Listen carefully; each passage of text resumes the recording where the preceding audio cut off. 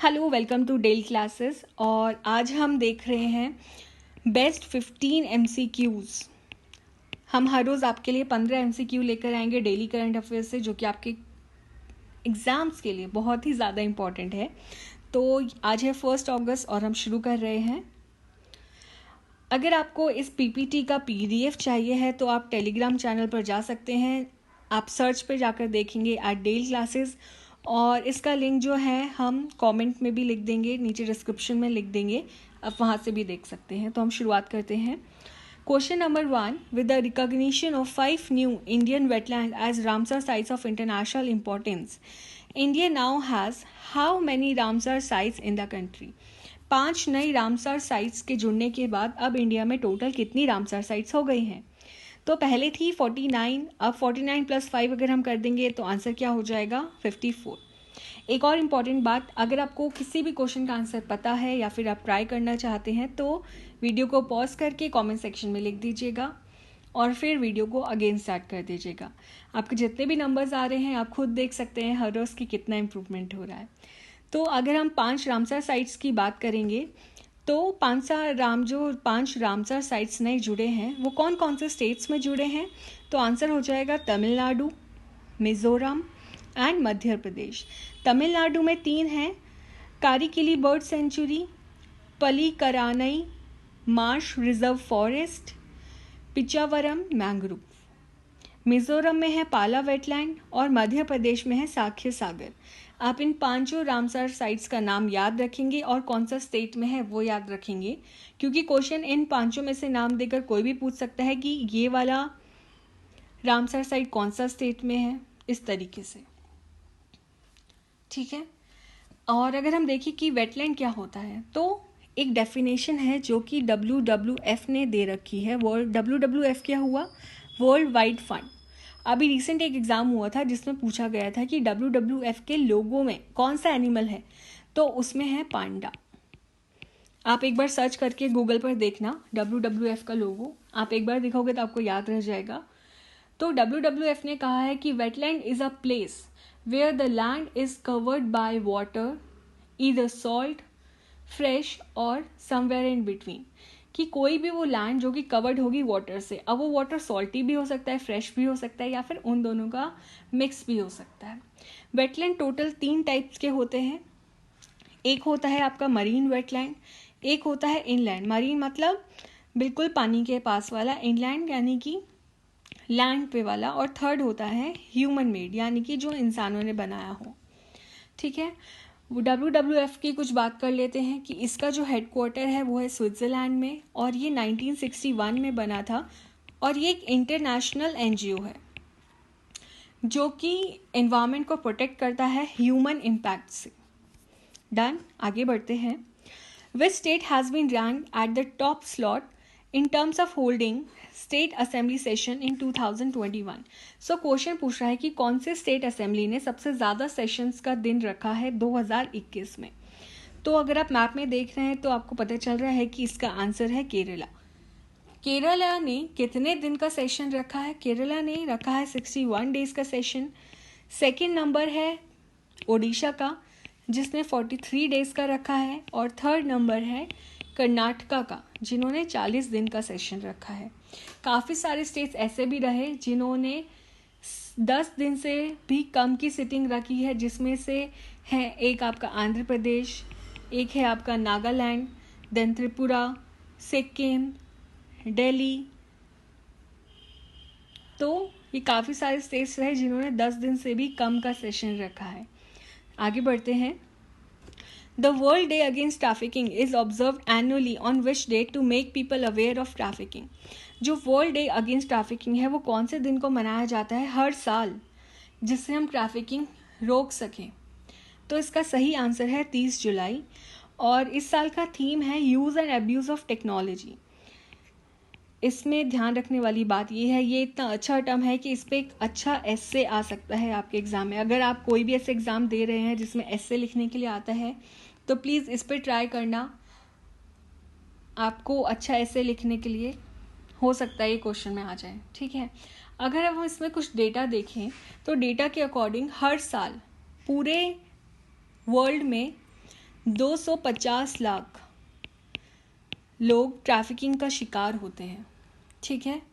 और ये दिन कब से मनाया जाता है? ये दिन 2013 से मनाया जाता है यूनाइटेड नेशन जनरल असेंबली के द्वारा।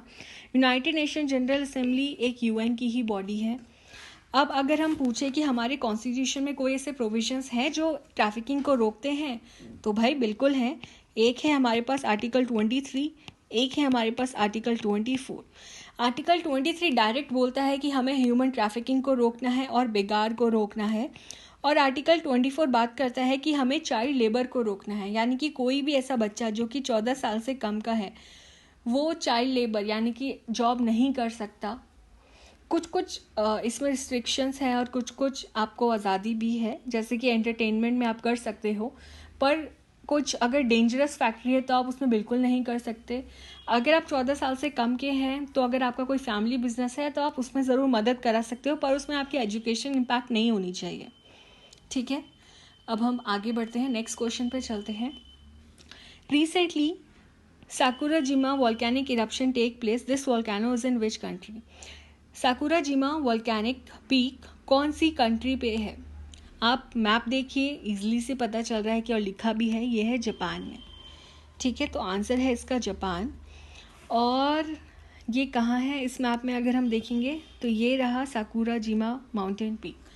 अगर हम साकुराजिमा माउंटेन पीक के बारे में देखें तो ये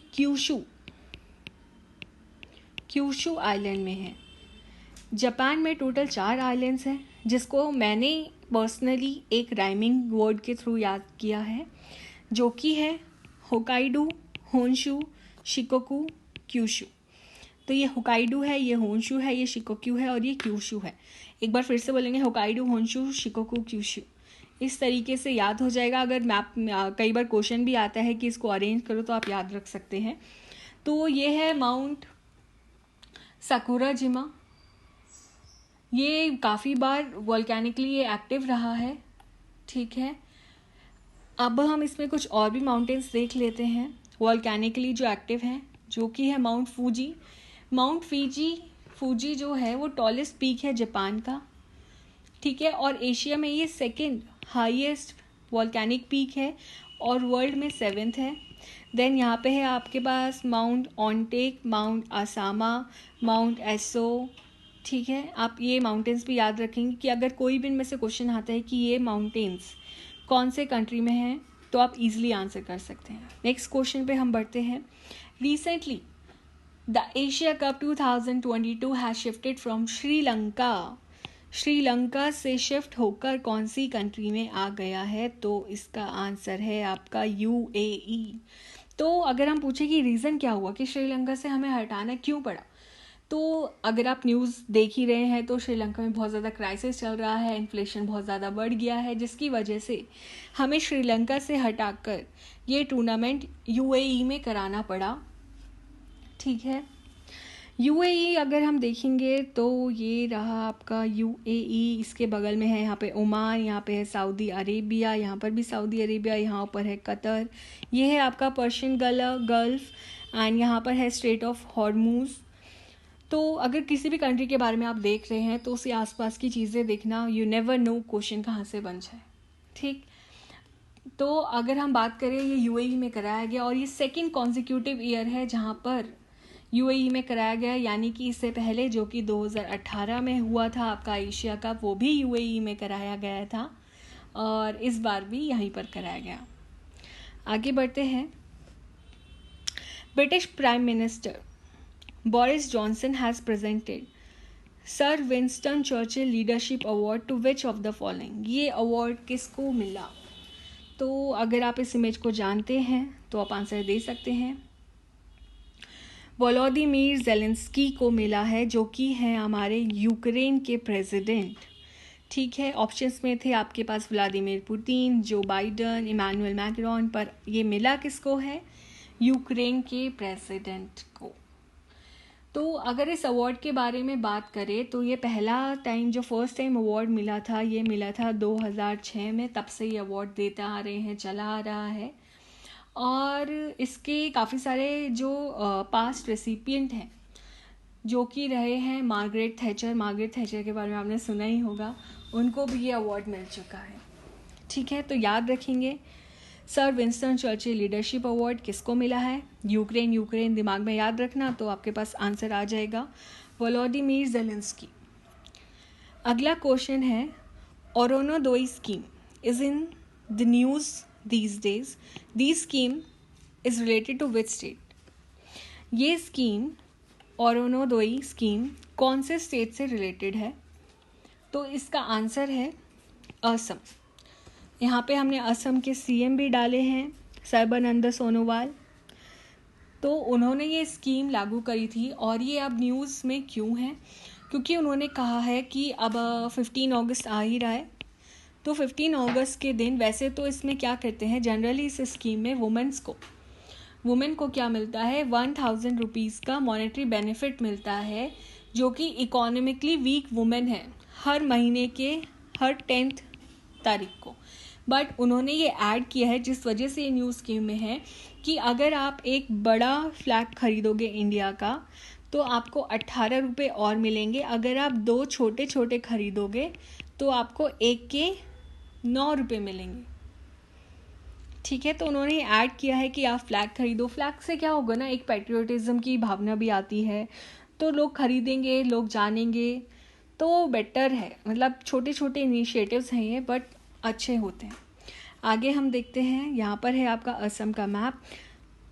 ये रहा असम, जिसका कैपिटल है दिसपुर। अगर हम देखें कि असम किससे टच होता है, तो असम याद रखना ये है आपका मेघालय से टच होता है। यहाँ पे है त्रिपुरा, यहाँ पे है नागालैंड, मणिपुर एंड मिज़ोरम, और यहाँ पे है आपका अरुणाचल प्रदेश। ठीक है, ये बांग्लादेश से भी टच होता है, भूटान से भी टच होता है, बस। ठीक है, डन। नेक्स्ट क्वेश्चन है, the Hambantota port is situated in which country that is in news this days. Hambantota जो पोर्ट है वो फिर से न्यूज़ में आ गया है, और पूछ रहा है क्वेश्चन कि ये कौन सी कंट्री में है। तो इसका आंसर है श्रीलंका। ये श्रीलंका में है। ये रहा हम्बनटोटा पोर्ट, यहाँ पर ये है आपका, यहाँ पर Colombo, gulf of Mannar, bay of Bengal, बिल्कुल याद रखना। ठीक है, यहाँ पर ये न्यूज़ में इसलिए था क्योंकि श्रीलंका मना कर रहा था कि जो चाइनीज़ रिसर्च वेसल है, उसने हम्बनटोटा पोर्ट पर वो मना कर रहा था कि नहीं आए हैं, बट ऐसा नहीं है। चाइनीज़ इन्फ्लुएंस आया है हम्बनटोटा पोर्ट पर, और इसलिए जो इंडिया है वो बोल रहा है कि तुम यहाँ पर मत बिठाओ, क्योंकि इंडिया की सिक्योरिटी को ये हर्ट करता है। ठीक है, अब हम आगे नेक्स्ट क्वेश्चन पे देखते हैं कि इंडिया एंड विच कंट्री होगा यहाँ पर, India and which country will carry out 13-day military exercise Al Najah 4। याद रखना ये 4th एक्सरसाइज है, focusing on counter terror cooperation. तो आपकी ऑप्शंस हैं मंगोलिया, यमन, ईरान और ओमान। तो इसका आंसर है ओमान। ओके, तो ये जो अल नजा 4, आप सिंपल अल नजा याद रखते हैं, 4 तो ये इस बारी का नंबर है। अल नजा एक्सरसाइज जो है ये इंडिया और ओमान के बीच होती है। ओमान के आसपास की कंट्रीज़ देखते हैं। ओमान की कैपिटल है मस्कट, देन यमन है, यूएई है, यहाँ पर सऊदी अरेबिया है, यहाँ से सीधा अरेबियन सी टच होता है, और उसके बाद हम आ जाता है हमारा प्यारा इंडिया। ठीक है, तो इसका जो प्रीवियस एडिशन हुआ था वो हुआ था 2019 में, जो कि मस्कट में हुआ था। और इस बार की 13 दिन की मिलिट्री एक्सरसाइज रही है, जो कि चलेगी आपकी 1 से लेकर 13 अगस्त तक। ठीक है, तो इतना याद रखेंगे, अल नजा ओमान के बीच है। नेक्स्ट है, recently who has been named as the new high commissioner of India to Bangladesh. अभी हमारे नए हाई कमिश्नर बांग्लादेश के लिए कौन बने हैं? ऑप्शन है आपके मनोज सिन्हा, अशोक वर्मा, प्रणय कुमार वर्मा या बलविंदर सिंह। तो इसका आंसर है प्रणय कुमार वर्मा। ये IFS रहे हैं 1994 बैच के, और ये अभी तक तो वियतनाम के एम्बेसडर थे, बट अब इनको बना दिया है बांग्लादेश का। तो अगर अब इन्हें बांग्लादेश का बना दिया है, तो अब वियतनाम के हमारे एम्बेसडर कौन है? अब वो बनेंगे संदीप आर्य। ठीक है, next question, recently which country launched gold coins named Mosi Oa Tunya in a bid to control inflation in the country. अभी कौन सी कंट्री ने गोल्ड कॉइन्स इशू किए हैं इन्फ्लेशन को रोकने के लिए? तो इसका सिंपल आंसर है जिम्बाब्वे। ये देखिए, ये गोल्ड कॉइन है जो कि इशू किए हैं 2022, जिम्बाब्वे भी लिखा है। ठीक है, और ये ज़रूरत क्यों पड़ गई? क्योंकि यहाँ पे इतना ज़्यादा इन्फ्लेशन है। कितना इन्फ्लेशन बढ़ गया? अगर सिर्फ जुलाई के मंथ में ही देखेंगे तो 190% का इन्फ्लेशन बढ़ गया है। डॉलर के अकॉर्डिंग जिम्बाब्वे की करेंसी बहुत ही ज़्यादा डिक्रीज़ हो गई है।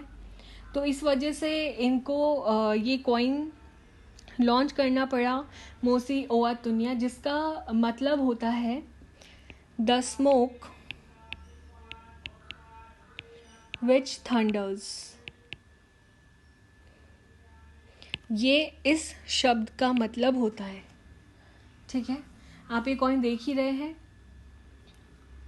और अब हम नेक्स्ट क्वेश्चन पे चलते हैं। जिम्बाब्वे हमने देखा, जिम्बाब्वे आपका ये साउथ अफ्रीका का ये अफ्रीका का आपका मैप है। अफ्रीका एक कॉन्टिनेंट है, तो जिम्बाब्वे है। यहाँ पर ये कनेक्ट होता है आपका जाम्बिया से, मोजाम्बिक से, बोत्सवाना से। ओके, और ये है आपका एक आइलैंड माडागास्कर। यहाँ पे है अटलांटिक ओशन, यहाँ पर है इंडियन ओशन। थोड़ा मैप याद रखा। नेक्स्ट क्वेश्चन है, CM of which state launch महतारी न्याय रथ फॉर वुमेन्स राइट अवेयरनेस।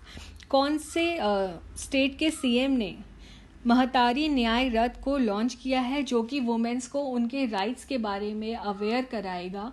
तो इसका आंसर है छत्तीसगढ़। आप सोच रहे हैं मैं सीधा आंसर क्यों बता रही हूँ? क्योंकि अगर सीधा आपको आंसर पता होगा तो आपके माइंड्स में ये एक्स्ट्रा वर्ड्स नहीं आएंगे।